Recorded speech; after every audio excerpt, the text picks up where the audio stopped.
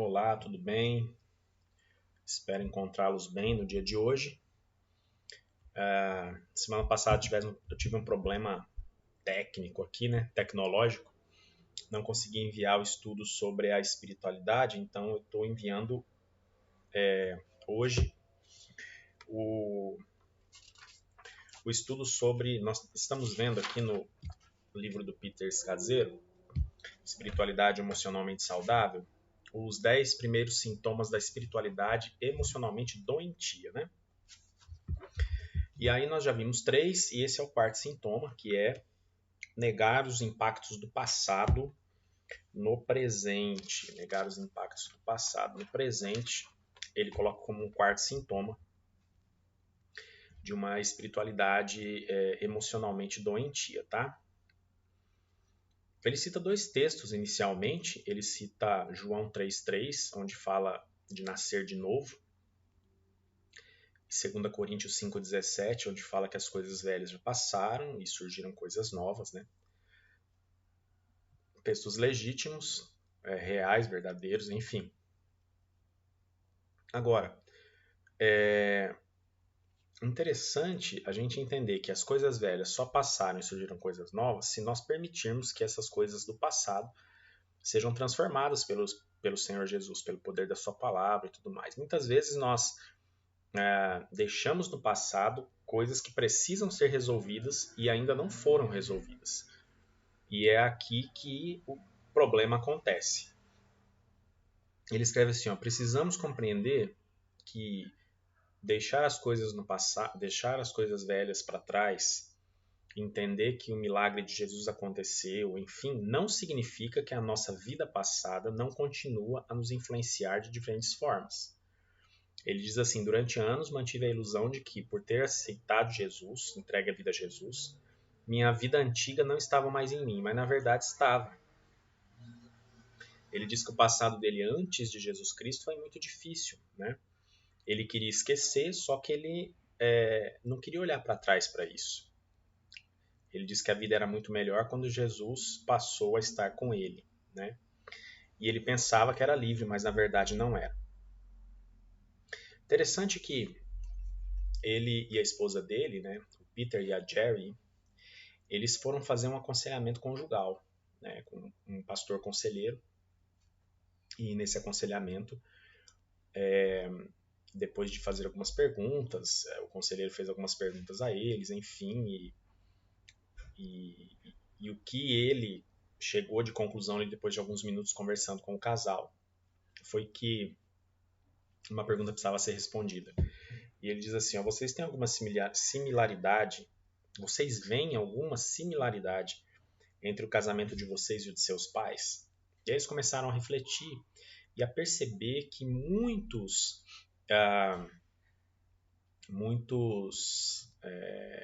como eu vou dizer, muitas atitudes, muitas ações que tanto ele, Peter, quanto ela, Jerry, faziam, tinham a ver com os seus pais, né? Com a vida passada, com o que estava lá atrás. E muitos que eles chamam assim de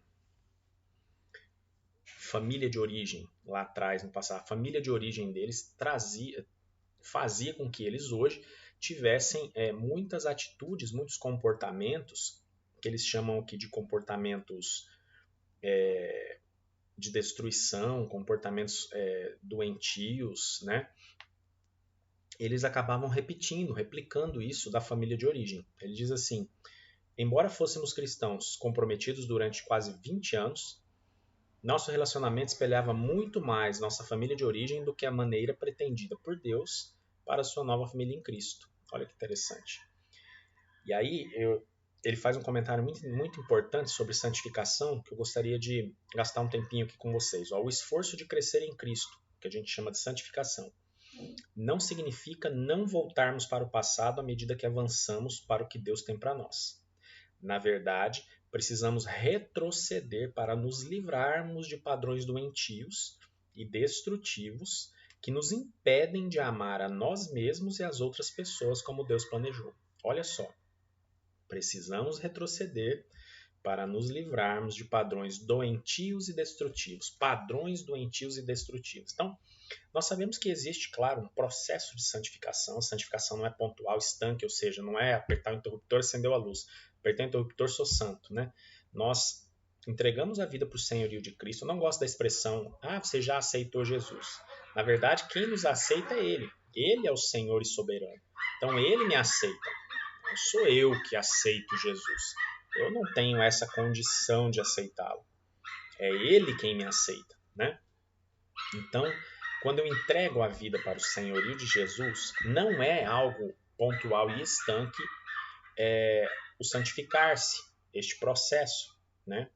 Essa condição de santificação. É um processo. Então, entendendo que é um processo, nós precisamos ressaltar aqui a importância de retroceder no passado, nas nossas famílias de origem, para não replicarmos, não é, padrões doentios e destrutivos de comportamento. E muitas vezes nós entregamos a vida para Jesus e abolimos completamente o nosso passado, nossa família de origem, o que fomos lá atrás, e nos esquecemos ou fingimos esquecer que nós somos hoje o que somos graças ao que fomos e vivemos. Nós fomos formatados ao longo dos anos. Lá na nossa primeira infância, até os 4, 5 aninhos, 6, 5, por aí, primeira infância, onde se molda a personalidade. Então, o que Jesus transforma é o caráter. Nós temos o caráter transformado para um caráter cristão. A nossa personalidade, a psicologia explica muito bem, a psiquiatria, que é formada até ali os 4, 5 anos de idade, forma a personalidade. Então imagine você que se viveu em uma família desestruturada, na qual padrões doentios e destrutivos eram praticados e você teve a sua personalidade formatada ali até na sua primeira infância, 5, faz 6 anos no máximo talvez. O que eu quero dizer com isso? Por exemplo, uma criança nessa idade, a primeira infância, que vive em um lar onde os pais têm atos de violência um com o outro, padrões, né, destrutivos e doentios de comportamento, onde existe agressão, onde existe ausência de afeto, de amor e de carinho, provavelmente vai formatar uma personalidade que tem carência ou sensação de abandono, então ela vai ter necessidade de pessoas ao seu redor que não provoquem nela essa sensação de ausência de afeto, de carinho, de amor, a sensação de abandono, essa prática dos comportamentos de violência e tudo mais, tá? Então, aí a criança cresce e aí ela lá na adolescência, juventude ou na vida adulta, ela entrega a vida para o senhorio de Cristo. Ok. A personalidade dela, o que ela é enquanto personalidade, isso foi formatado na primeira infância. O que é transformado é o caráter, que ela se debandou aí para uma via não é ruim devido à sua formatação ao longo da vida, da sua criação, da sua educação, da sua cultura ou ausência de estudo, ela pode ser transformada sim, o seu caráter ser moldado pelo poder do Espírito. A personalidade está ali, então ela precisa trabalhar com isso, entender que toda personalidade tem características positivas e negativas, e nós trabalhamos as positivas de maneira a potencializá-las, e o que é negativo a diminuí-las ao máximo, de forma que elas não atrapalhem o nosso desenvolvimento da nossa vida cristã e da nossa espiritualidade. Tá? Então, desconsiderar o que aconteceu no passado, que isso influencia o presente, é uma bobagem. Nós precisamos, tem um ditado interessante, se você pensa só em avançar, às vezes é necessário dar alguns passos atrás para pegar impulso. Isso é verdade.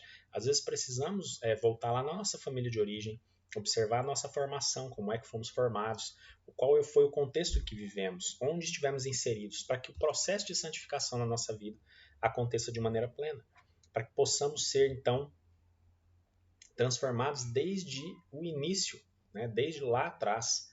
E isso precisa acontecer e nós precisamos retomar. Então não adianta jogar fora, desconsiderar o passado, sem levar em consideração de que ele influencia muito o nosso presente, quem somos, o que somos e como fazemos as coisas. Comece a observar a sua vida, comece a observar você em relação às pessoas ao seu redor. Pode ser cônjuge, pai, mãe, filho, neto, vó, tio, tia, amigos, colegas de profissão, de igreja, de trabalho. Como é que você tem se relacionado com essas pessoas? Quais são os comportamentos que você tem replicado? Será que nós temos replicado padrões de comportamento doentios e destrutivos? Padrões doentios e destrutivos de comportamento? Será que eu e você temos replicado isso? Será que isso vem da nossa família de origem? Precisa de transformação. É um sintoma de espiritualidade emocionalmente doentia. Nós precisamos da ação de Deus nessa origem.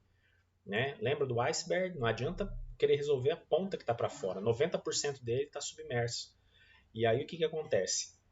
Nós queremos resolver só os 10% que está à mostra, fora da água. Tem 90% para baixo que precisa ser resolvido. A nossa espiritualidade só passará a ser emocionalmente saudável se nós resolvermos coisas do passado, coisas da família de origem, coisas que nos formataram. E aí nós seremos pessoas melhores, nós seremos cristãos melhores, nossa vida cristã vai avançar e nós teremos uma espiritualidade, em lugar de doentia, uma espiritualidade que é emocionalmente saudável. Que Deus nos ajude nessa trajetória, nessa caminhada que não é fácil.